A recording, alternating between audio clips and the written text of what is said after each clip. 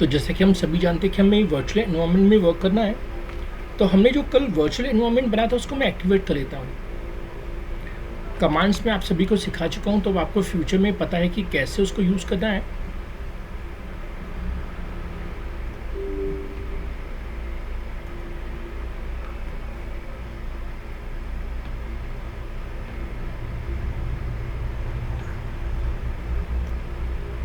अब हमें जाना पड़ेगा डी ड्राइव में, क्योंकि हमने डी ड्राइव में बनाया था वर्चुअल एनवायरनमेंट। और अब मुझे लिखना पड़ेगा सी डी माई वर्चुअल एनवायरनमेंट, या वी एन वी ने नाम दिया था उसका शायद, हाँ कुछ ऐसा नाम दिया था। अब स्क्रिप्ट में जाके उसे एक्टिवेट करना होगा, तो स्क्रिप्ट में जाके मैंने उसे एक्टिवेट कर दिया।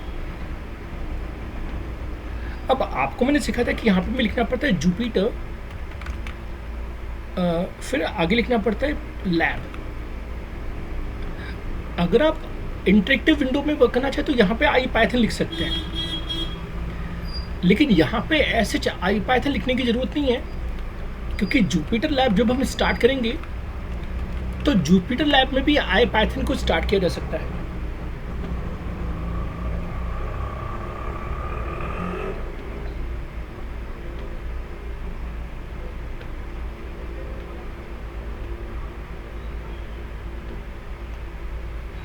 अब देख सकते हैं हमारे वेब ब्राउज़र में जुपिटर लैब स्टार्ट हो चुका है। मुझसे पूछ रहा है सिस्टम की कौन से कर्नल को यूज़ करना चाहोगे, तो हम जानते कि हमें पाइथन 3 नहीं पिक करना है, बल्कि हमने सीखा था वर्चुअल कर्नल, तो हमने यहाँ पे वर्चुअल कर्नल सेलेक्ट करना होगा। अब जो मैंने आपको कल सिखाया था दोस्तों, वो सब कुछ यहाँ पे में दिख रहा है। हालांकि यहाँ पे कुछ हमने मिस्टेक की थी, जिस कारण से ये कुछ, अच्छा हाँ ये देखिए टाइम भी दिखा रहा है, मैं कल % टाइम इट कर रहा था actually. So if you can see, यहाँ पे वो टाइम दिखा रहा है कि उसे 1.23 मिली सेकेंड लगा, प्लस माइनस 232 माइक्रो सेकेंड्स। तो यहाँ पे कहीं लूप था, जिस कारण से सिस्टम को कई बार मैसेज प्रिंट करना पड़ा। मैं इसे हटा देता हूँ यहाँ से दोस्तों, और इसे फिर से मैं कंट्रोल एंटर से रन कर रहा हूँ। तो अब हमें केवल आंसर दिखेगा, हमें एग्जीक्यूशन टाइम शो नहीं होगा कि कितना उसने एग्जीक्यूशन टाइम कंज्यूम किया।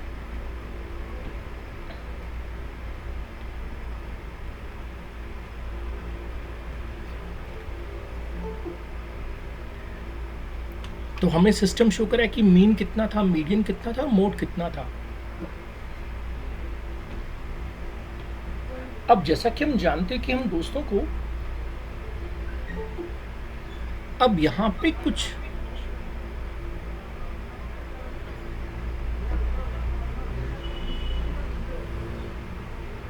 शॉर्टकट सीखने हैं, तो हमने फाइल में लेके कहा न्यू, और यहाँ पे अगर आप देखें तो यहाँ पे एक ऑप्शन अवेलेबल है कंसोल, तो मैं कंसोल ऑप्शन ले लेता हूँ। और कौन सा कंसोल लेना है, हमें वर्चुअल एनवायरनमेंट वाला लेना है ऑप्शन। हमने कहा सिलेक्ट। आप देख सकते हैं यहाँ पे लिखा है आई पाइथन शेल। कल मैंने ब्लैक वाली विंडो में आई पाइथन शेल स्टार्ट किया था, लेकिन दोस्तों हमें ऐसा करने की जरूरत नहीं पड़ी। हम डायरेक्टली यहाँ से भी जो है आई पाइथन शेल को स्टार्ट कर सकते हैं। तो जितने भी शॉर्टकट्स मैंने आपको सिखाए थे, वो पूरे के पूरे शॉर्टकट्स यहाँ पे भी वर्क करेंगे।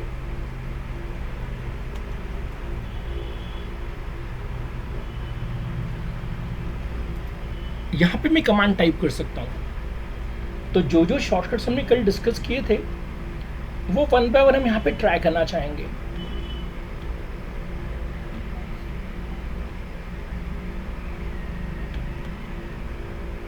तो हमने शुरुआत की थी क्वेश्चन मार्क से, तो जितने भी शॉर्टकट्स थे वो आपको मैं 1 बाय 1 करके दिखाऊंगा। होप कि आप मेरी स्क्रीन देख पा रहे हो। मैं इसे मैग्नीफाई कर देता हूँ। आप देख सकते हैं अंतिम लाइन में हमें दिख रहा है यहाँ पे इंटरेक्टिव विंडो। चलिए अब यहाँ पे मैं आपको दिखा रहा हूँ। जैसे हमने कहा है हेल्प, काफ़ी दिन पहले मैंने अपने दोस्तों को पढ़ाया था एक लेंथ नाम का फंक्शन। हमने एंटर प्रेस किया, कंट्रोल एंटर या शिफ्ट एंटर प्रेस करते हैं, हाँ शिफ्ट एंटर वहाँ पे यहाँ पे ले रहा है। तो इंटरेक्टिव शेल में आप हेल्प ले सकते हैं, तो हमने हेल्प ले ली, तो हमें लेंथ फंक्शन की इंफॉर्मेशन मिल रही है कि एक बिल्ट इन फंक्शन है जिसकी मदद से हम लेंथ फाइंड आउट कर सकते हैं। यहाँ पे मैं देख रहा हूँ कि कहीं साइज बढ़ाने का ऑप्शन हो, या यहीं से मैं साइज बढ़ा देता हूँ। Okay, this is much better. तो आप देख सकते हैं दोस्तों यहाँ पे मैं इंफॉर्मेशन शो हो रही है इसके बारे में, लेकिन इतना ना करके मैं ऐसा भी कर सकता था, लेंथ और फिर क्वेश्चन मार्क और फिर शिफ्ट एंटर। अब देख सकते हैं दोस्तों जो काम हम हेल्प से करे थे वही काम हमने क्वेश्चन मार्क से भी कर लिया। तो सिस्टम बता रहा है कि ये एक फंक्शन है, बिल्ट इन फंक्शन है। कभी कभी हम चाहते हैं कि हम कोडिंग भी देख पाए, तो सिंगल क्वेश्चन मार्क की जगह डबल क्वेश्चन मार्क। जब आप डबल क्वेश्चन मार्क लगाएंगे तो आपको फंक्शन की कोडिंग भी दिख जाएगी। अच्छा, कभी कभी आप देखेंगे कि फंक्शन की कोडिंग नहीं दिखेगी। अब आपसे इंटरव्यू में पूछा जाएगा कि फंक्शन का कोड कब नहीं दिखता है, तो जैसा कि हमने आपको कहा था कि नमपाई को इम्प्लीमेंट किया गया सी लैंग्वेज में, जो कि कंपाइल कोड है। तो जितनी भी फंक्शन की इम्प्लीमेंटेशन सी में की गई होगी तो आपको हो सकता है कि उसकी कोडिंग शो ना हो, तो उस केस में जो काम क्वेश्चन मार्क ने किया वही काम डबल क्वेश्चन मार्क करेगा। तो मैं क्या करता हूँ, अपना खुद का एक फंक्शन बना रहा हूँ और अपने खुद के फंक्शन पे करके दिखा रहा हूँ। जैसे हमने कहा डिफाइन शो, और सिंपली यहाँ पे मैं लिख देता हूँ पास, शिफ्ट एंटर। अब मैं पूछ रहा हूँ शो और फिर क्वेश्चन मार्क, शिफ्ट एंटर। तो सिस्टम बता रहा है कि शो एक फंक्शन है जो कि इस वाली फाइल में बनाया गया है। अच्छा, अब मैं लिख रहा हूँ शो डबल क्वेश्चन मार्क और फिर शिफ्ट एंटर। देखिए पहले में सोर्स कोड नहीं दिख रहा था, लेकिन यहाँ पे अब मैं सोर्स कोड भी दिख रहा है। तो कंक्लूजन निकला कि जब भी आप किसी फंक्शन की कोडिंग देखना चाहें तो आप डबल क्वेश्चन मार्क की मदद से उसका सोर्स कोड भी देख सकते हैं। अब हमने इसके अलावा आपको सिखाया था कि हम इसको किससे से यूज कर सकते हैं। जैसे हमने कहा A equal to India, shift enter.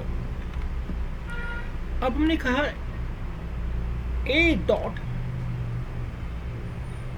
जैसे हमने कहा से काउंट, या काउंट होता होगा शायद, देख लेते हैं, काउंट और फिर क्वेश्चन मार्क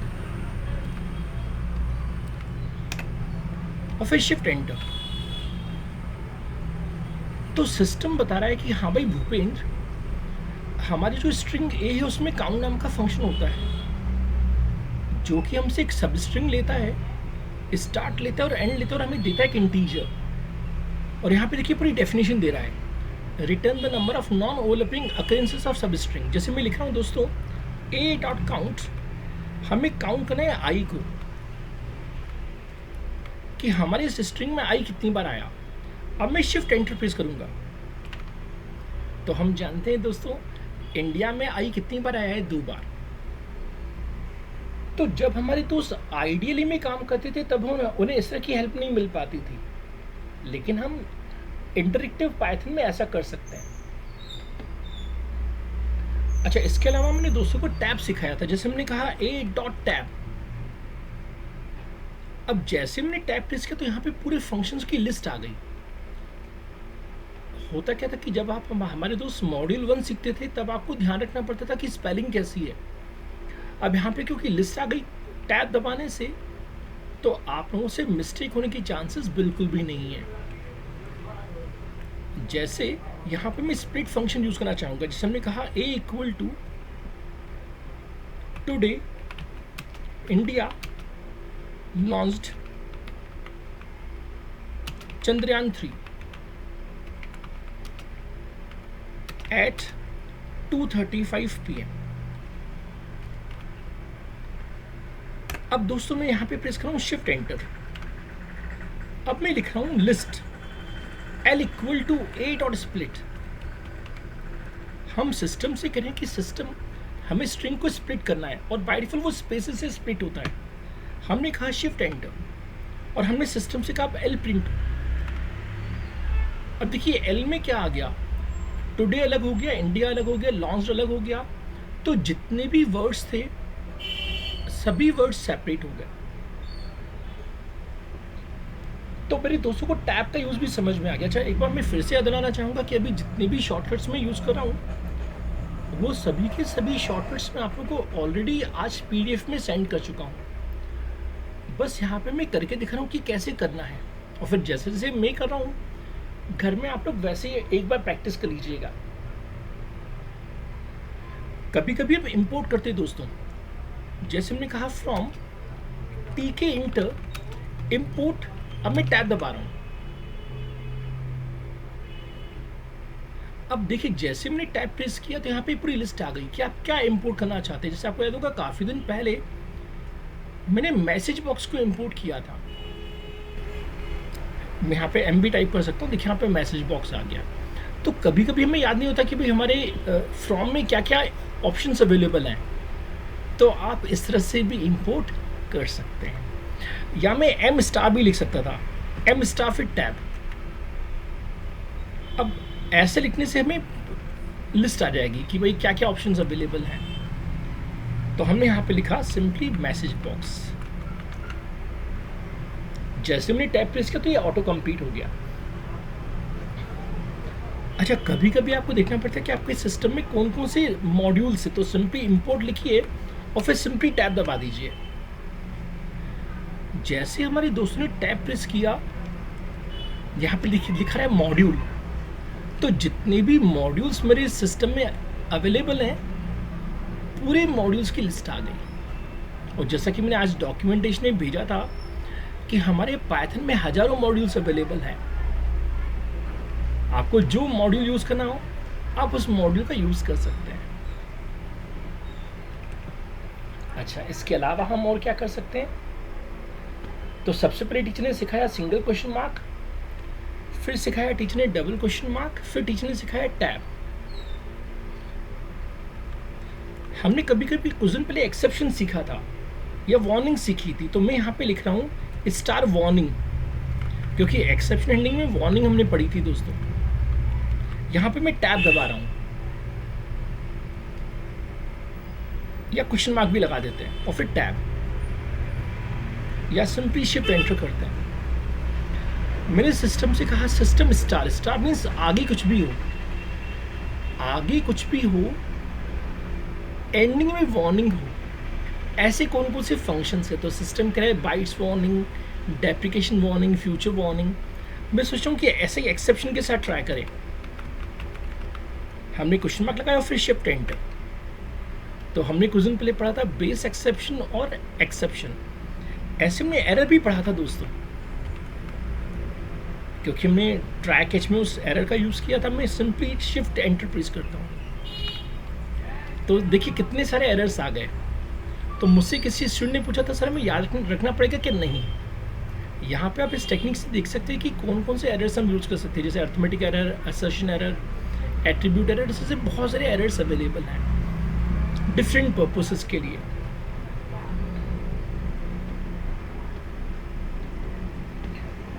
अभी मैंने आपको स्ट्रिंग सिखाई थी दोस्तों, स्ट्रिंग ए हमने यूज़ की थी शायद, हाँ स्ट्रिंग ए। अब हम लिख रहे हैं a dot asterisk find asterisk और फिर क्वेश्चन मार्क।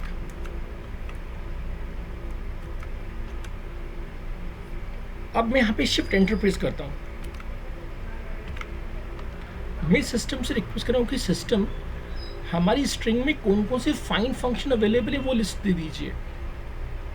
हमने कहा बीच में फाइंड होना चाहिए, आगे कितने भी कैरेक्टर्स हो सकते हैं, पीछे कितने भी कैरेक्टर्स। तो सिस्टम मुझे कह रहा है भाई भूपेंद्र आप दो तरह के फाइंड फंक्शन यूज कर सकते हैं, या तो फाइंड या फिर रिवर्स फाइंड।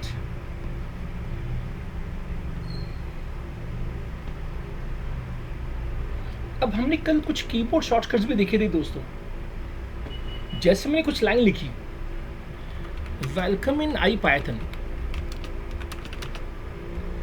अब टीचर ने आपसे कहा कि हमें फर्स्ट कैरेक्टर पे जाना है, तो नॉर्मली आप क्या करते हैं, नेविगेशन की जो है लेफ्ट राइट अप डाउन उसको प्रेस करते हैं। अभी दोस्तों में देखिए कीज प्रेस करूँ तो एक एक करके जा पा रहा हूँ। लेकिन कल आपको मैंने शॉर्टकट सिखाया था कंट्रोल ए। काश मैं कंट्रोल ए यहाँ पे प्रेस करना जानता, तो देखिए डायरेक्टली मैं पहले अक्षर पे पहुंच गया। तो कंक्लूजन निकला कि जब भी हमें पहले अक्षर पे पहुंचना हो तो हम कंट्रोल ए प्रेस कर सकते हैं। ऐसे ही अंतिम कैरेक्टर पे जाने के लिए कंट्रोल ई। जैसे ही कंट्रोल ई प्रेस करेंगे तो आप अंतिम कैरेक्टर पे आ जाएंगे। ऐसे अगर एक कैरेक्टर पीछे जाना है तो कंट्रोल बी, तो कंट्रोल बी से एक ही कैरेक्टर पीछे जाएगा वो। हालांकि यहाँ पे क्योंकि मैं ब्राउजर में काम कर रहा हूँ तो ये वर्क नहीं कर रहा है। हमने जो कल ब्लैक वाली विंडो ओपन की थी उसमें कंट्रोल भी आप यूज कर पाओगे।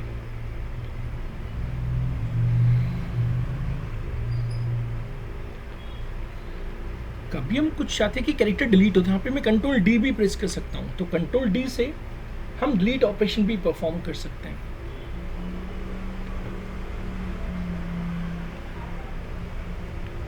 यहाँ पे मैं एरो की प्रेस कर रहा हूँ, तो कभी कभी हम कमांड की हिस्ट्री जानना चाहते हैं। तो दोस्तों कंट्रोल पी होता है प्रीवियस कमांड और कंट्रोल एन होता है नेक्स्ट कमांड, यानी हम एरो की भी प्रेस कर सकते हैं। तो जितने भी कमांड्स में परफॉर्म कर चुका हूँ, अगर मैं उन्हें देखना चाहूँ तो एरो की इसकी मदद से भी मैं नेविगेशन कर सकता हूँ।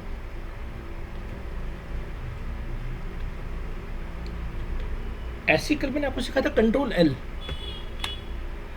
यहाँ पे क्योंकि वेब ब्राउजर है तो वेब ब्राउजर में कंट्रोल एल नहीं चल रहा है, लेकिन हम ब्लैक वाली विंडो में जब काम कर रहे थे आई पाइथन में तो कंट्रोल एल से स्क्रीन क्लियर हो रही थी। ऐसे अगर आप जुपिटर लैब को बंद करना चाहें तो कंट्रोल सी प्रेस कर सकते हैं। आप जैसे ही कंट्रोल सी प्रेस करेंगे आपका आई पाइथन बंद हो जाएगा। अब हमें डिस्कशन करना है मैजिक कमांड्स के बारे में। आगे चल के हम कई बार मैजिक कमांड्स का यूज करेंगे। जैसे दोस्तों मैं नोटपैड पे कोडिंग लिख रहा हूँ, ये मेरा नोटपैड, यहाँ पे मैं लिख रहा हूँ डिफाइन फैक्टोरियल, फिर यहाँ पे मैं लिख रहा हूँ n, फिर मैंने यहाँ पे कॉलन साइन लगा और कंडीशन लगाई क्या if n less than equal to 1 तो return 1 else return n into factorial of n minus 1।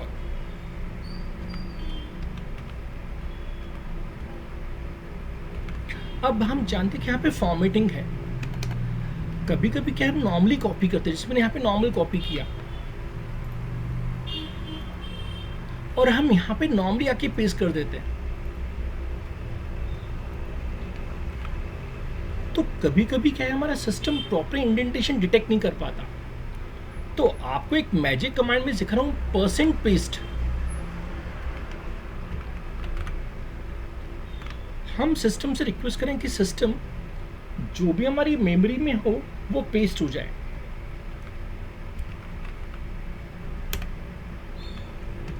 अब परसेंट पेस्ट यहाँ पे काम नहीं कर रहा, तो मैं थोड़ी देर के लिए ब्लैक वाली विंडो ओपन कर लेता हूँ।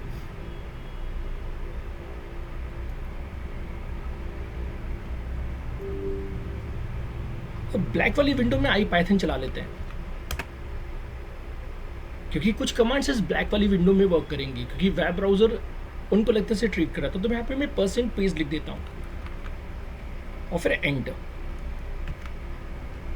आप देख सकते हैं मैजिक दोस्तों, जैसे मैंने परसेंट पेस्ट लिखा तो जो जो मेरी क्लिपबोर्ड में डेटा था वो पेस्ट हो गया। अब इससे फायदा क्या होगा कि हम सिस्टम से सिंपली कह सकते हैं प्रिंट, क्या प्रिंट फैक्टोरियल इक्वल टू, हम जिसका भी फैक्टोरियल जानना चाहें हम जान सकते हैं। जैसे हमने कहा फैक्टोरियल ऑफ 5, जैसा कि हम जानते हैं कि फैक्टोरियल ऑफ 5 120 होता है।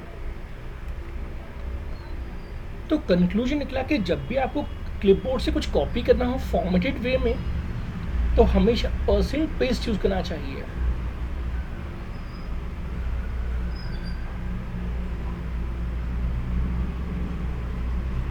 अब ऐसे यहाँ पे एक परसेंट CP होता है, हम परसेंट C पेस्ट भी ट्राई करना चाहेंगे, उससे क्या होता है।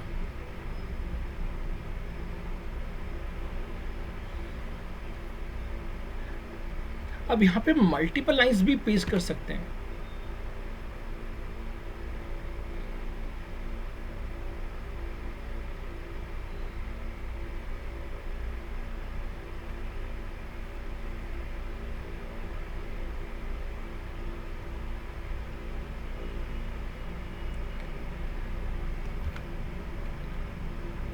बाकी हमने कल परसेंट टाइम इट सीखा था दोस्तों। परसेंट टाइम इट हमें बताता है कि जो भी हम कोड एग्जीक्यूट करेंगे उस कोड को एग्जीक्यूट होने में कितना समय लगेगा। जैसे हमने कहा प्रिंट हेलो फॉर एग्जांपल, मैं कंट्रोल F प्रेस करूँ तो ये कंप्लीट हो जाएगा लाइन। अब हमने कहा सिंपली शिफ्ट एंटर, यहाँ पे टाइम शो नहीं करेगा तो हमें परसेंट टाइम लिखना पड़ेगा। परसेंट टाइम इट या टाइम देखना पड़ेगा एक बार क्या होता है, देख लेंगे अभी थोड़ी देर में। इसको मैं थोड़ी देर के लिए बंद कर देता हूँ यहाँ से, मैं यहाँ से एग्जिट हो जाता हूँ। दोस्तों अब मैं क्या कर रहा हूँ, एक छोटा सा py प्रोग्राम बना रहा हूँ। तो नोटपैड में मैं एक hello.py नाम का प्रोग्राम बना लेता हूँ।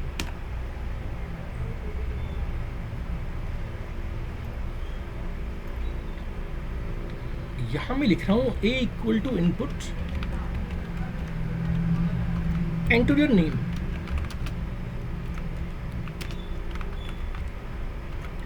अब मैं लिख रहा हूँ प्रिंट हेलो a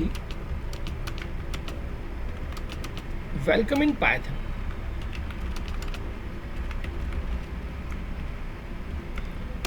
तो कभी कभी हमारे पास एक py फाइल होती है और हम चाहते हैं कि उस py फाइल को हम एग्जीक्यूट कर पाए IPython में। तो हम यहाँ पे आ गए IPython में वापस।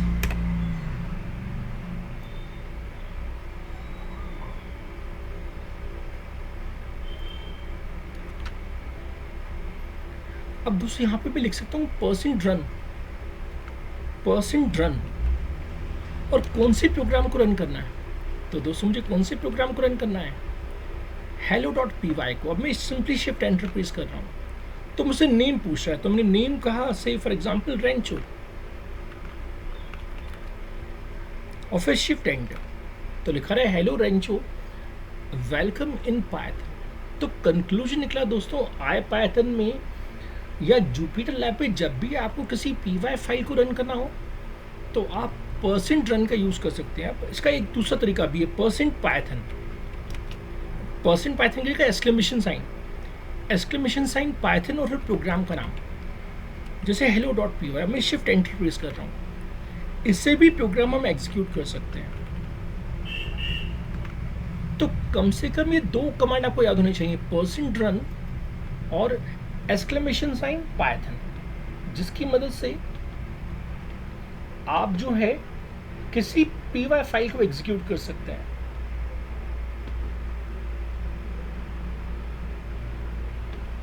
अब जैसा कि मैं दोस्तों को थोड़ी देर पहले परसेंट टाइम इट सिखा रहा था, तो यहाँ पे दो ऑप्शन है। एक तो परसेंट टाइम इट, जब हम सिंगल परसेंट लगाते तो मतलब है केवल current line. So whenever you write percent single, it only consider a single line. Like यहाँ मैं लिख रहा हूँ a equal to x for x in range 1 से लेके 1000 तक। मैं सिस्टम से कह रहा हूँ कि सिस्टम मुझे एक लिस्ट चाहिए जिसमें वैल्यू होंगी 1 से लेके 9999 तक।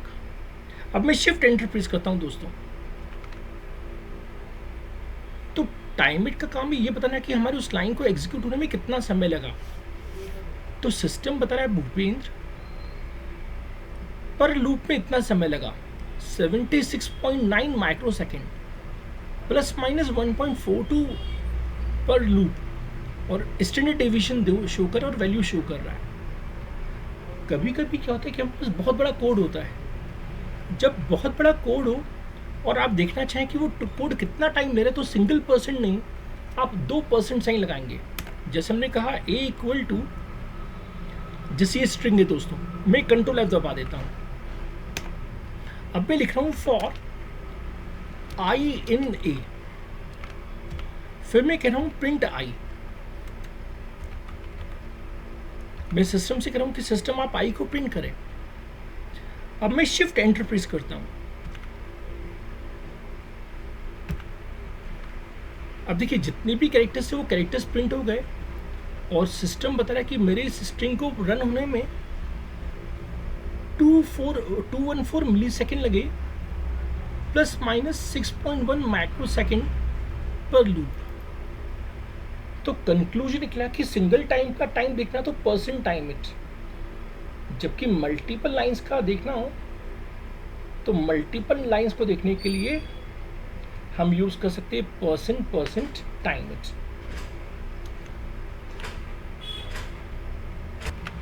दोस्तों हम जानते हैं कि हमारे सिस्टम में कई एक्सटेंशंस होते हैं, जिससे पीडीएफ फाइल होती है तो एक्रोबेट में खुल जाती है।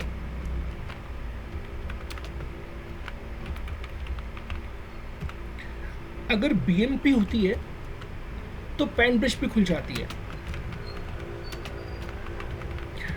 डीओसी हो तो एमएस वर्ड में ओपन हो जाती है, जिसे हम कहते हैं MIME, known as MIME, multipurpose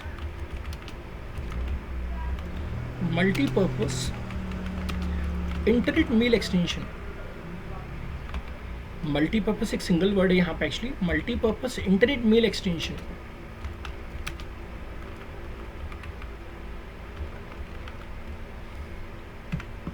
It informs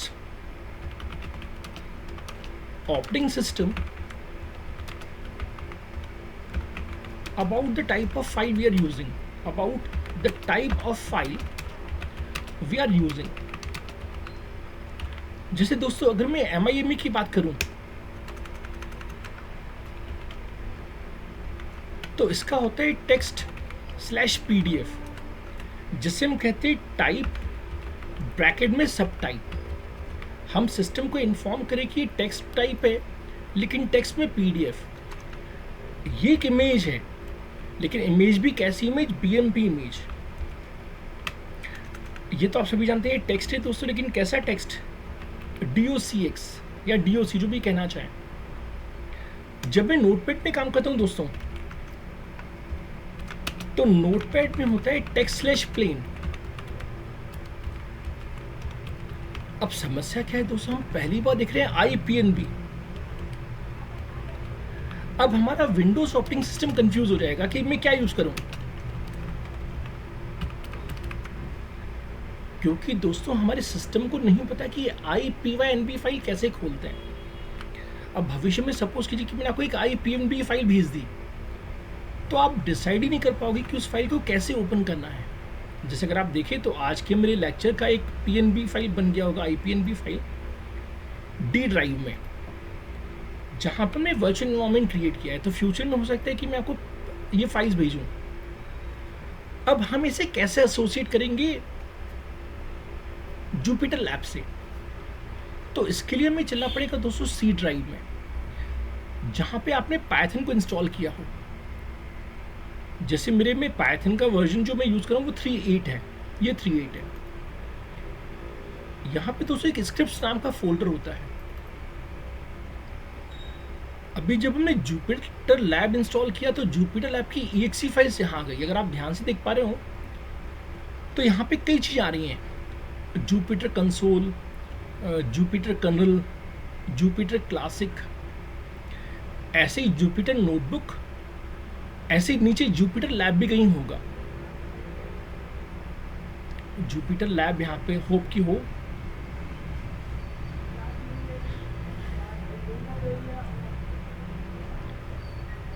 search भी कर सकते हैं जुपिटर लैब को, डिपेंड करता है कि मैंने जुपिटर लैब यहाँ पे इंस्टॉल किया था कि नहीं किया था। एक बार सर्च कर लेते हैं। यहाँ पे नहीं है। अच्छा, हमने कल एक वर्चुअल एनवायरनमेंट बनाया था, उसमें ढूंढते हैं। हम स्क्रिप्ट में गए, यहाँ पे हम देखे तो यहाँ पे कुछ भी नहीं है। ओके, तो वापस हम C ड्राइव में चलते हैं, पाइथन 3.8 में चलते हैं।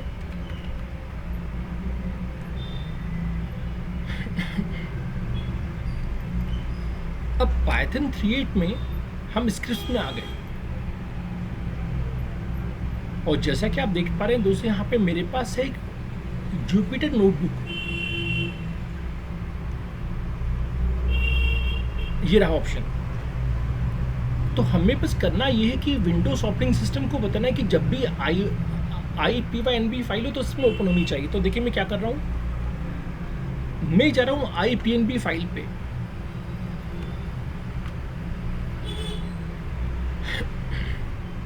जल्दी से मैं उस फाइल को ओपन करूँ जो हमने अभी भी बनाई थी डी ड्राइव में। डी ड्राइव वर्चुअल एनवायरनमेंट और स्क्रिप्ट्स,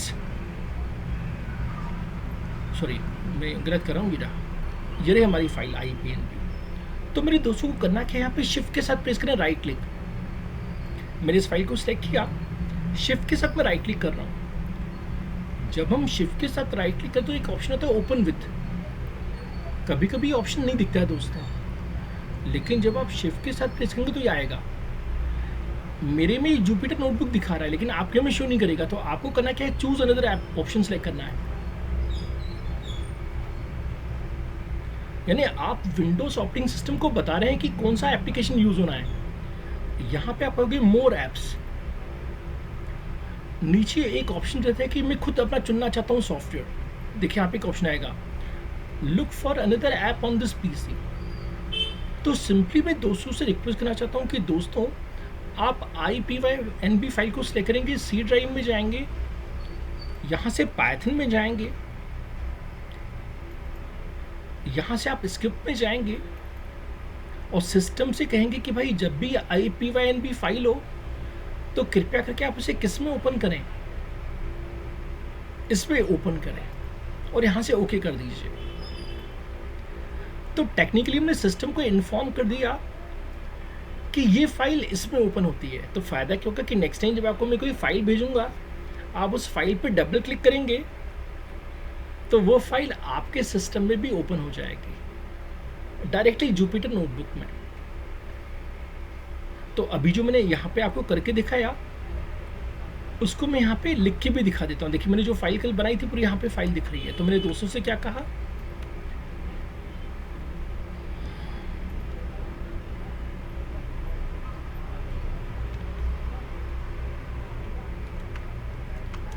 वो यहाँ पे मैं एक बार आपके लिए लिख देते हैं।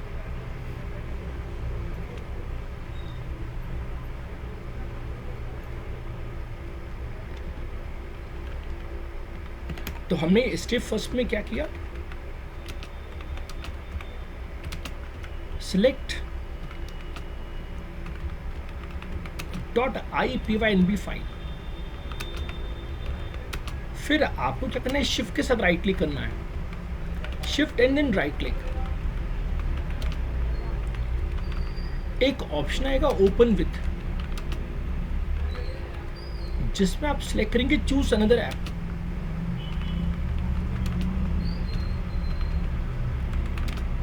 On this PC। फिर स्टेप सेकंड में जो भी आपका पाइथन वर्जन हो तो आप सिलेक्ट करेंगे path, select the path C:/Python 311, क्योंकि मेरे मोस्टली दोस्तों के सिस्टम में 311 है। फिर स्क्रिप्ट्स, और स्क्रिप्ट्स में कौन सी फाइल, जुपिटर notebook.exe। अब फायदा क्या होगा, now whenever you double click on some IPYNB file, it will automatically get open in Jupyter।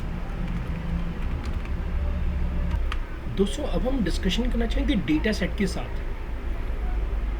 कल मैंने बताया था कि रियल लाइफ पे डेटा सेट में गीगाबाइट्स ऑफ डेटा भी हो सकता है, और अब तक हम सीख चुके हैं मीन, मीडियन और मोड। लेकिन दोस्तों हमारी स्टैटिस्टिकल में एक कंसेप्ट है वेरिएंस। अब स्टैंडर्ड डेविएशन की डेफिनेशन क्या कहती है, it is a number that describes how spread out the values are. मतलब मैंने टेस्ट लिया, टेस्ट में बच्चों के जो मार्क्स हैं मैंने उसका एवरेज निकाल लिया। हमें देखना पड़ता है कि हमारे जो बाकी स्टूडेंट्स हैं उनकी वैल्यूज में एवरेज से कितना डिफरेंस है। तो स्टैंडर्ड डेविएशन का मतलब है कि जो हमारा एवरेज वैल्यू है उस एवरेज से बाकी वैल्यूज़ का क्या डिफरेंस है। बाई चांस आप में से किसी फ्रेंड ने 12th क्लास में ना पढ़ा हो इसे,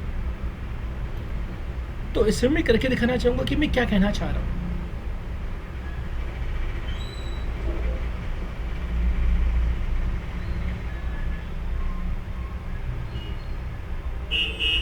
जिसके लिए दोस्तों मैं यूज़ कर रहा हूँ कैल्क का। आप लोग एक्सेल यूज़ करते हैं, मैं यहाँ पे कैल्क यूज़ कर रहा हूँ। यहाँ जैसे फॉर एग्जांपल मैं लिख रहा हूँ मार्क्स, कि हमारे स्टूडेंट्स को कुछ मार्क्स मिले। जैसे किसी को मिले 20, इसकी मैं चाहूँ तो साइज़ बढ़ा सकता हूँ 200 के लिए, जो आप लोगों के लिए रीडेबल हो। यहाँ मैंने दे दिया 40, यहाँ मैंने दे दिया फॉर एग्जांपल 1, यहाँ दे दिया 50, यहाँ दे दिया मैंने 7। अब दोस्तों में सम निकालना है इसका, तो हम लिखेंगे सम, इस पूरे का सम। इसका सम आ गया 118, ये टोटल आ गया। इसको मैं यहाँ से हटा के यहाँ रख देता हूँ, तो ये टोटल आ गया।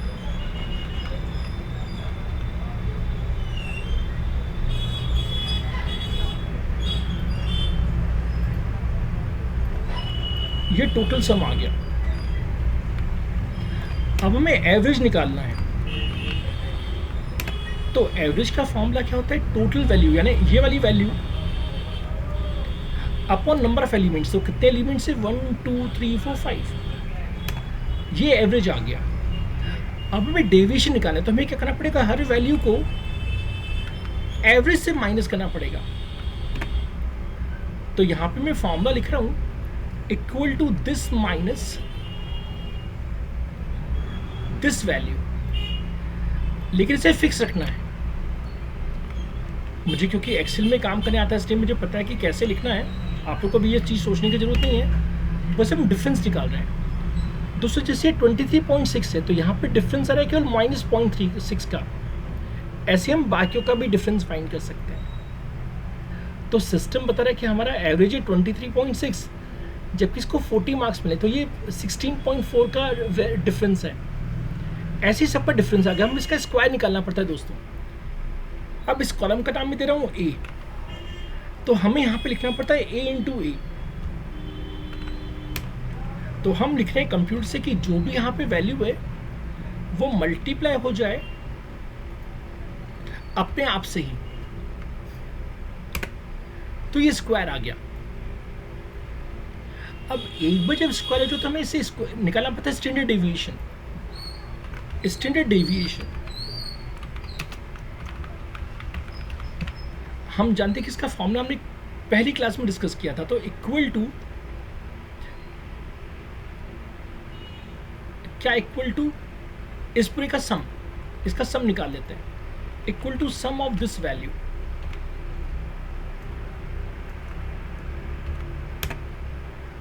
तो स्टैंडर्ड डेविएशन का फॉर्मूला हो जाएगा ये वाला value upon number of elements. तो नंबर ऑफ एलिमेंट्स कितने हैं, नंबर ऑफ एलिमेंट्स है 5, 1 2 3 4 5, हाँ 5 वैल्यूज हैं, उसका स्क्वायर रूट।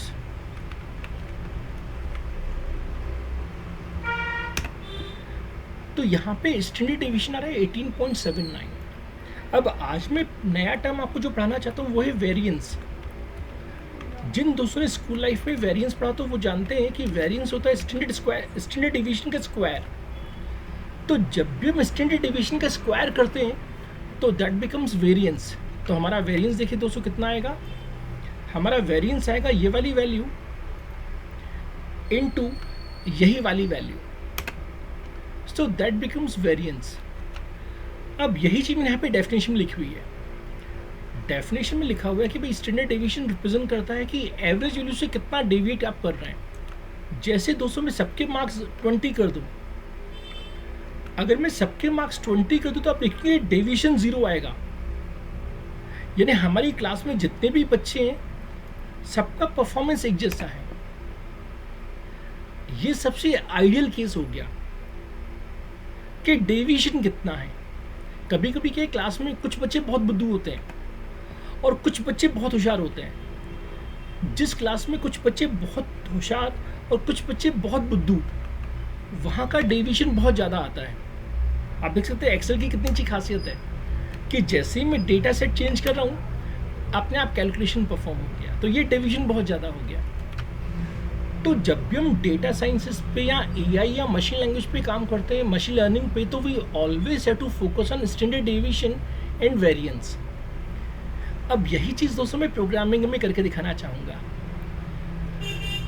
हम जानते हैं कि जितना भी हम डेटा साइंस सीखते हैं, मशीन लर्निंग सीखते हैं, उसकी पहली जो रूट लाइब्रेरी वो है नमपाई।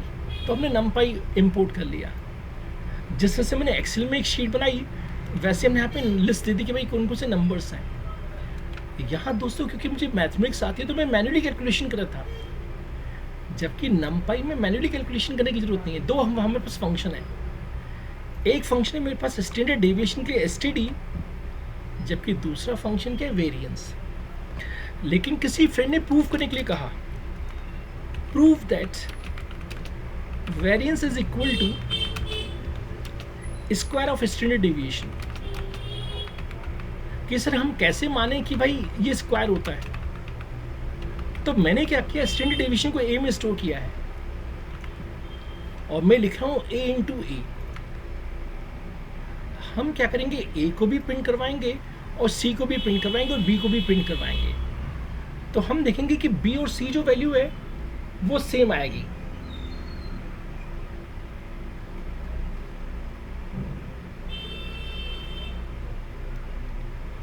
तो चलिए इसको हम जल्दी से ट्राई करते हैं कि हमें सेम रिजल्ट मिलता है कि नहीं मिलता है।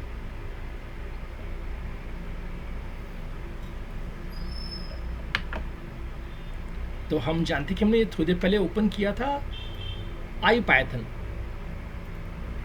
उसमें हम इसे ट्राई करना चाहेंगे। जितनी भी चीज़ें मुझे रिक्वायर्ड नहीं उनको मैं बंद कर देता हूँ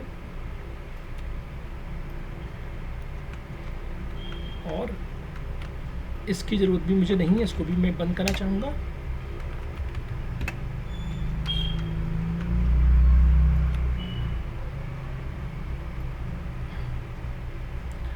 अब यहाँ पे हमें वर्क करना है दोस्तों। देखिए अब तक जितना भी मैं पढ़ा चुका हूँ वो सब कुछ यहाँ पे लिखा हुआ है, मुझे बस एक नया सेल ऐड करना था। यहाँ पे देखिए प्लस ऑप्शन दिया है, जैसे ही मैं प्लस ऑप्शन क्लिक करूँगा तो एक नया सेल ऐड हो जाएगा। हालांकि सेल गलत जगह पे इंसर्ट हुआ है, कोई बात नहीं, मैं इसे नीचे भी मूव कर सकता हूँ। हालांकि यहाँ पे मूव करने का शॉर्टकट होता है, यहाँ ये रहा शॉर्टकट, इसकी मदद से हम नीचे मूव कर सकते हैं सेल को।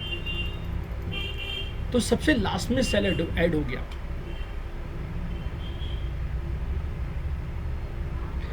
तो जल्दी से हम इस ऑपरेशन को परफॉर्म करते हैं। अच्छा, लेकिन पहले मैं अपने दोस्तों के लिए डॉक्यूमेंटेशन करना चाहता हूँ, तो यहाँ पे मैंने मार्कडाउन ऑप्शन ले लिया।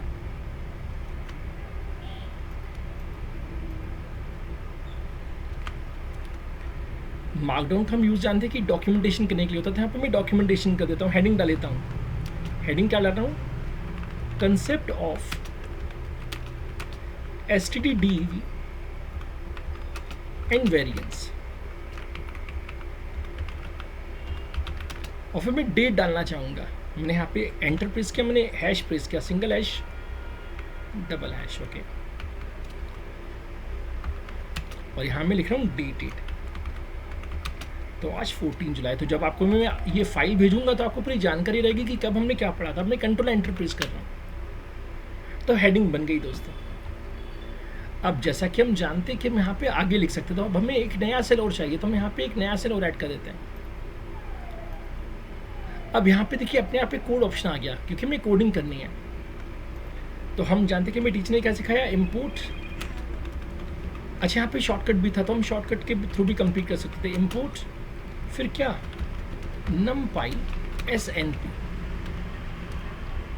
हमने एंटर प्रेस किया। अब हमने क्या लिखा, एक लिस्ट बना दी और कुछ उसमें मार्क्स दे दी, जैसे 10, 30, 5, 40, 8, 90, जो भी देना चाहे दे सकते हैं। अब हम सिस्टम से कहेंगे कि सिस्टम हमें क्या चाहिए, हमें चाहिए जैसे फॉर एग्जांपल इसको लिस्ट का नाम डेटा दे देते हैं। हम कह रहे हैं ए इक्वल टू क्या, np.std। Standard deviation. ऐसे में सिस्टम से कह रहा हूँ कि बी में क्या आ जाए, एनपी डॉट वेरियंस। तो वेरियंस के लिए देखिए स्पेलिंग क्या थी, VAR। तो हमने कहा कि वेरियंस आ जाए। अब हम सी कैलकुलेट करें तो सी बराबर होगा A इंटू ए। अब हम प्रिंट करना चाहेंगे तो आपको याद होगा मैंने काफ़ी दिन पहले आपको ऐसा सिखाया था, STD इक्वल टू से कर्ली ब्रेसेस 0। फिर हमने कहा variance equal to curly braces, और फिर से मैं वेरियंस प्रिंट करवा रहा हूँ कर्ली ब्रेसेस। अब हमने आपको पढ़ाया था कि जब भी ऐसा तो डॉट फॉर्मेट लिखना पड़ता है। हमने कहा डॉट फॉर्मेट, पहले A प्रिंट हो, फिर B प्रिंट हो, फिर C प्रिंट हो। देखिए हमारा सेल कितना इंटरेस्टिंग होता है कि जब तक हम शिफ्ट एंटर या कंट्रोल एंटर प्रेस ना करें तब तक वो सेल रन नहीं होता। लेकिन दोस्तों हमें सेल को रन करना है, तो what should I have to press? I should have to press control enter. लेकिन मैं सोच रहा हूँ कि मैं यहाँ पे एक लाइन और ऐड कर दूँ और यहाँ लिखूँ मैं % टाइम इट। मैं जानना चाहता हूँ कि मेरी इस कोडिंग ने कितना समय एग्जीक्यूट होने में लिया। और अब मैं कंट्रोल एंटर प्रेस करता हूँ दोस्तों।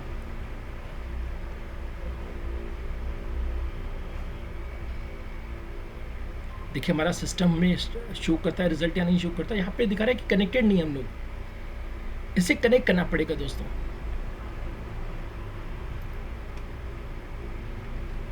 हमने वर्चुअल एनवायरनमेंट बंद कर दिया एक्चुअली, तो हमें वर्चुअल एनवायरनमेंट फिर से स्टार्ट करना पड़ेगा,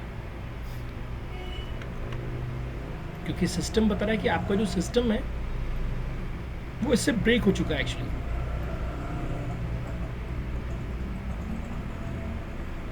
ऐसा करते हैं, इसको हम सेव कर लेते हैं और फिर से रिकनेक्ट हो जाते हैं। इसको जस्ट मैंने सेव कर दिया, इसे बंद कर देता हूँ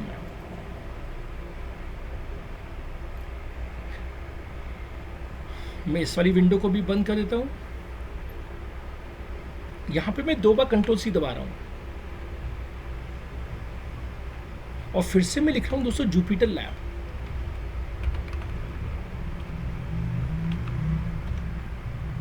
अच्छा, कुछ दिन पहले मैंने आपको */B सिखाया था बैकग्राउंड में स्टार्ट करने के लिए, तो हम ऐसा कर सकते हैं। पहले क्या हमारा कर्सर वापस नहीं आता था, अब हमारा कर्सर वापस आ गया।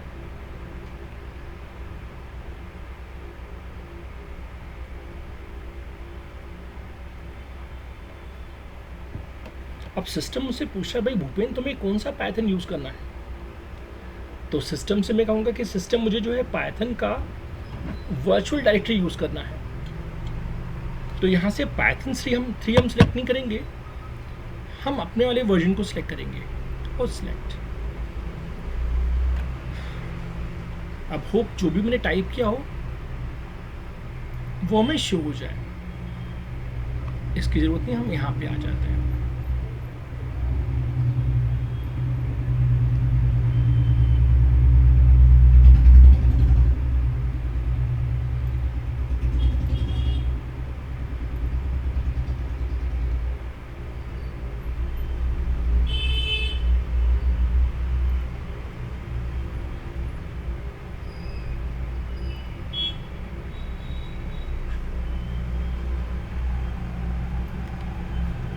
हमने जो अभी कुछ टाइप किया था वो डेटा लॉस हो चुका है एक्चुअली।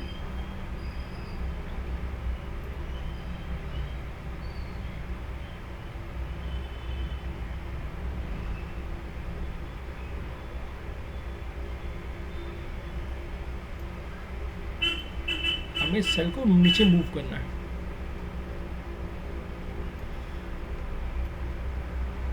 यहाँ पे क्या वो हमें मेनू नहीं दिखा रहा है, क्योंकि हम क्लासिक नोटबुक में काम कर रहे हैं, तो इसलिए हमें मेनू नहीं दिखा रहा वो। यहाँ पे व्यू में शायद कोई ऑप्शन हो।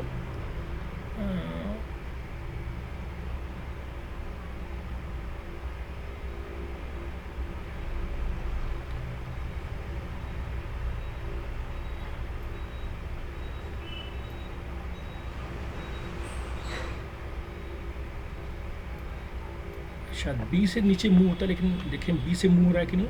हाँ, बी से नीचे मूव हो रहा है, बी से तो ऐड हो रहा है एक्चुअली, डी से डिलीट हो रहा है।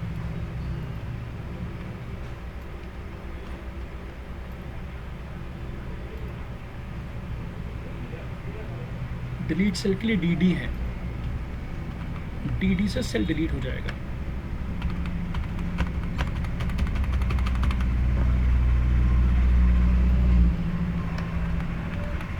डी से सेल डिलीट हो रहा है। हमें नीचे मूव करना था सेल को, तो हमने कर्सर यहाँ रखा, कहा हमने एक नया सेल हमें चाहिए, इंसर्ट सेल बिलो। हालांकि उसके लिए ए होता है, इंसर्ट सेल बिलो के लिए ए होता है। मैं ए प्रेस करके देखता हूँ तो एक नया सेल ऐड हो जाएगा।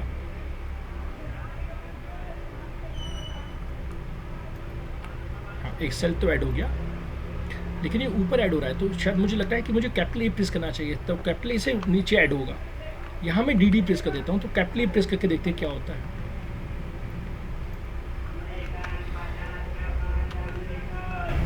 चलिए मैनुअली यहाँ से ऐड कर लेते एक नया सेल, क्योंकि मुझे वो मेनू सिस्टम नहीं दिख रहा है जहाँ पे पहले हम वर्क कर रहे थे। यहाँ एक नया नोटबुक बना लेते हैं।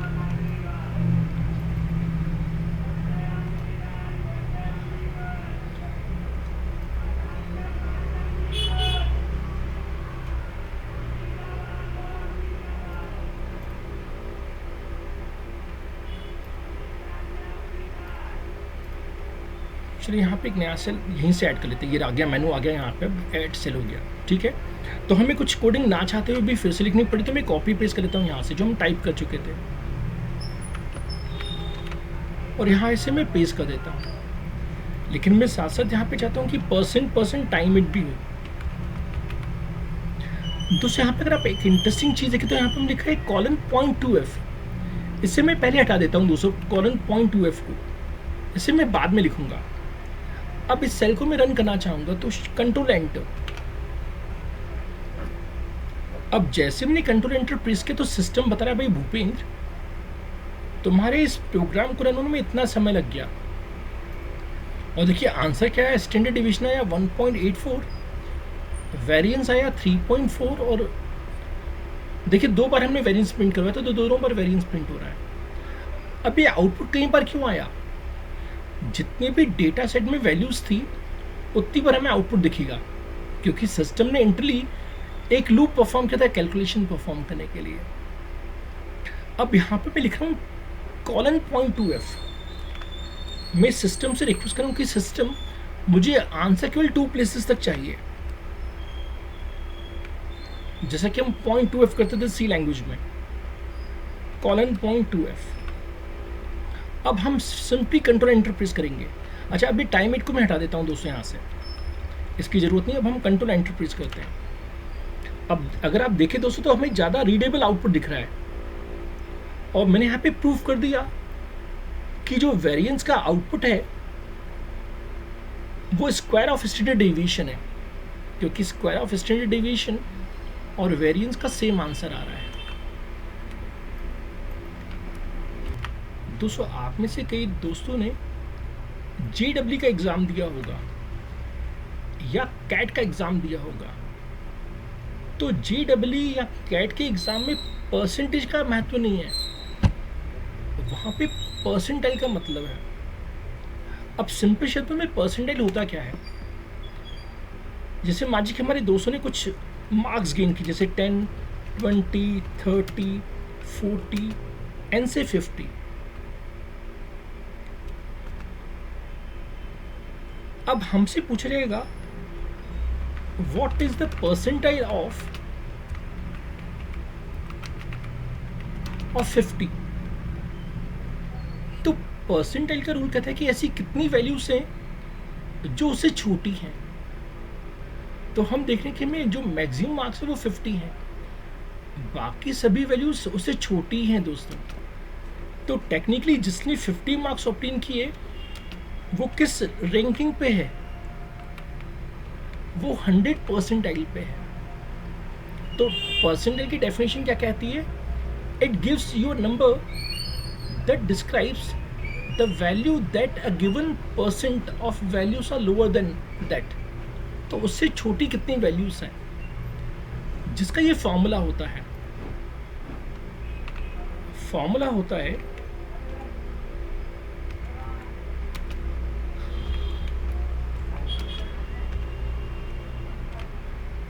ऐसी कितनी वैल्यूज है जो आपसे छोटी हैं upon total number of values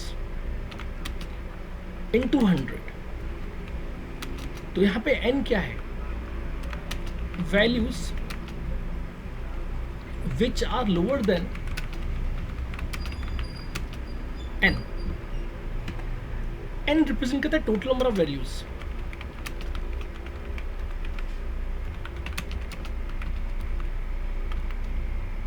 और 100 से हम उसे मल्टीप्लाई कर देते हैं। तो जैसे दोस्तों मैंने यहाँ पे एक एरे बना दिया है। अब मैं सोच रहा हूँ कि ये वाला एरे ना रखे, पहले इस वाले एरे को ट्राई किया जाए। मैं इसको कॉपी करके इसको यहाँ पे पेस्ट कर देता हूँ, इसको मैं कमेंट कर देता हूँ, इसे एक्टिवेट कर देता हूँ। इसका नाम मैं एज दे देता हूँ फॉर एग्जाम्पल। अब मैं सिस्टम से पूछ रहा हूँ, सिस्टम कि हमारे इस सेट में ऐसी कोई वैल्यू है जो 100 परसेंटाइल पे हो। तो चलिए अब इसे जल्दी से हम रन करते हैं। तो वापस हम जुपिटर लैब में आ गए। मुझे एक नया सेल ऐड करना है, तो यहाँ से मैंने प्लस पे क्लिक किया, ये नया सेल ऐड हो गया। अब मैंने यहाँ पे मार्कडाउन का कंसेप्ट दे दिया और मैंने अपने दोस्तों के लिए लिख दिया कि मैं दोस्तों आप लोगों को पढ़ा रहा हूँ परसेंटाइल का कंसेप्ट। डेटेड 14 जुलाई 2023 और फिर मैं प्रेस कर रहा हूँ कंट्रोल एंटर। ये हेडिंग बन गई। अब मुझे एक नया सेल और चाहिए। अब यहाँ पे कोडिंग में टाइप भी कर सकता हूँ, लेकिन क्योंकि मैंने कोडिंग ऑलरेडी टाइप की हुई है तो मैं उसी को जल्दी से कॉपी पेस्ट कर देता हूँ। यहाँ पे 22 नहीं आएगा, 22 तो पुरानी वैल्यू के हिसाब से था। यहाँ पे अब 50 आना चाहिए जहाँ तक मेरी नॉलेज है। एक बार चेक कर लेते हैं। इसे मैं कंट्रोल एंटर प्रेस कर रहा हूँ।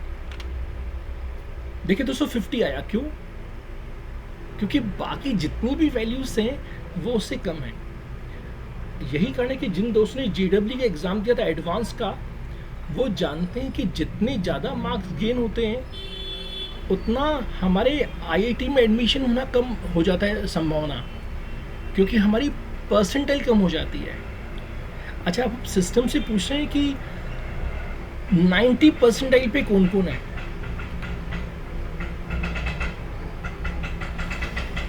अब इसे मैं कंट्रोल एंटर प्रेस करता हूँ तो उसने सिस्टम ने एवरेज निकाल दिया 46.0, यानी 46.0 ऐसी वैल्यूज हैं जो 90 परसेंटाइल पे आ रही हैं।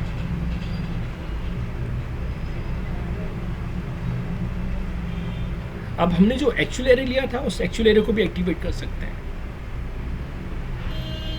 अब यहाँ पे हम वापस 100 परसेंटाइल लिख देते हैं। अब 100 परसेंटाइल का मतलब है कि ऐसी वैल्यू जो बाकी सबसे बड़ी हो। तो 22 एक ऐसी वैल्यू है दोस्तों जो बाकी सबसे बड़ी है। अब मैं कंट्रोल एंटर प्रेस कर रहा हूँ। अगेन यहाँ पे मैं इसको डिसेबल करना पड़ेगा और मैं सिंपली प्रेस कर रहा हूँ कंट्रोल एंटर। और जैसे मैं कंट्रोल एंटर प्रेस किया तो सिस्टम बता रहा है कि ये जो वैल्यू थी 22 वो 100 परसेंटाइल पे थी, क्योंकि बाकी जितनी भी वैल्यूज हैं वो उससे छोटी हैं। तो आज हमारे दोस्तों ने सीखा कि स्टैंडर्ड डेविएशन क्या होता है, वेरिएंस क्या होता है, परसेंटाइल क्या होता है। अंत में एक छोटा सा कंसेप्ट मैं आप लोगों को और सिखा के फिर फ्री करना चाहूँगा, डेटा डिस्ट्रीब्यूशन। हमने लिखा है कि रियल लाइफ में डेटा सेट बहुत बड़ा हो सकता है, लेकिन जब हम कोई प्रोजेक्ट बना रहे होते हैं तो हमारे लिए बहुत ही मुश्किल होता है कि हम रियल लाइफ डेटा ऑब्टेन कर पाएं। तो हमारे NumPy में बहुत सारे फंक्शंस हैं जो रैंडमली डेटा सेट प्रोड्यूस कर सकते हैं। भाई अभी आपने देखा एग्जांपल में मेरा जो डेटा सेट था दोस्तों, या तो उसमें 10 एलिमेंट थे या 7 एलिमेंट थे या 6 एलिमेंट थे। कभी कभी क्या होता है कि जब मैं छोटा डेटा लेके एल्गो बनाता हूँ तो वो इफेक्टिवली वर्क करता है, लेकिन वो फेल हो जाता है जब डेटा बहुत ज़्यादा हो। तो हमें क्या करना पड़ता है, NumPy की मदद से रैंडम डेटा सेट बनाना पड़ता है। So remember one thing, whenever you work on real life project you will get a data set, but as a developer you have to generate a random data set. तो thanks to NumPy में दोस्तों एक random नाम का सब module है जिसमें एक फंक्शन है uniform distribution. Again this is mathematical term. हमारा इंडिया दोस्तों यूनिफॉर्म डिस्ट्रीब्यूशन नहीं है। इंडिया में या तो लोग बहुत अमीर हैं या इंडिया में लोग बहुत गरीब हैं।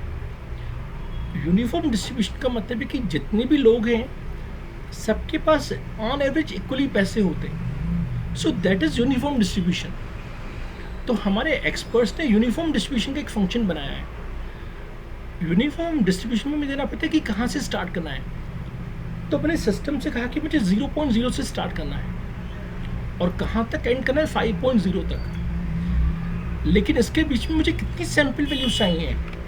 I need 100 sample values. तो मैं सिस्टम से रिक्वेस्ट कर रहा हूँ कि सिस्टम मुझे 100 वैल्यू चाहिए। अब कल को ये 100 की जगह 1000 भी हो सकता है, ये 10,000 भी हो सकता है, ये लाख भी हो सकता है।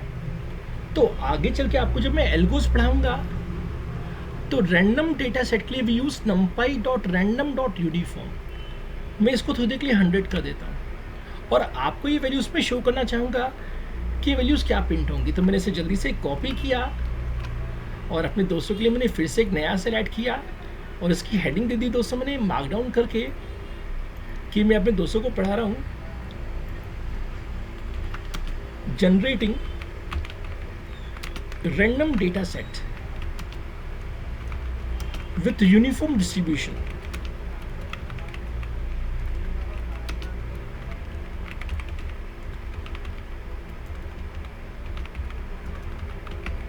to analyze our algorithms। अब मैं प्रेस करूँ कंट्रोल एंटर और फिर से एक नया सेल इंसर्ट कर देता है और जस्ट मैंने कोडिंग को टाइप भी कर सकता लेकिन पेस्ट कर दिया। अब मैं सिंपली प्रेस कर रहा हूँ control enter. Now see the magic. System ने मुझे 1 से लेकर 5 के बीच में रैंडम डेटा सेट दे दिया। तो जहाँ पहले आप लोग मैन्युअली एक एरे बनाते थे अब आपको मैन्युअली एरे बनाने की जरूरत नहीं है। अब हम चाहें तो इसका भी परसेंटाइल फाइंड कर सकते हैं। तो जितनी भी ऑपरेशंस आप परफॉर्म करना चाहें इसके ऊपर परफॉर्म कर सकते हैं। तो कंक्लूजन के लिए अब जब हम अगले हफ्ते मिलेंगे तो अगले हफ्ते कई एल्गोस में हम इस टेक्निक का यूज़ करेंगे numpy.random.uniform।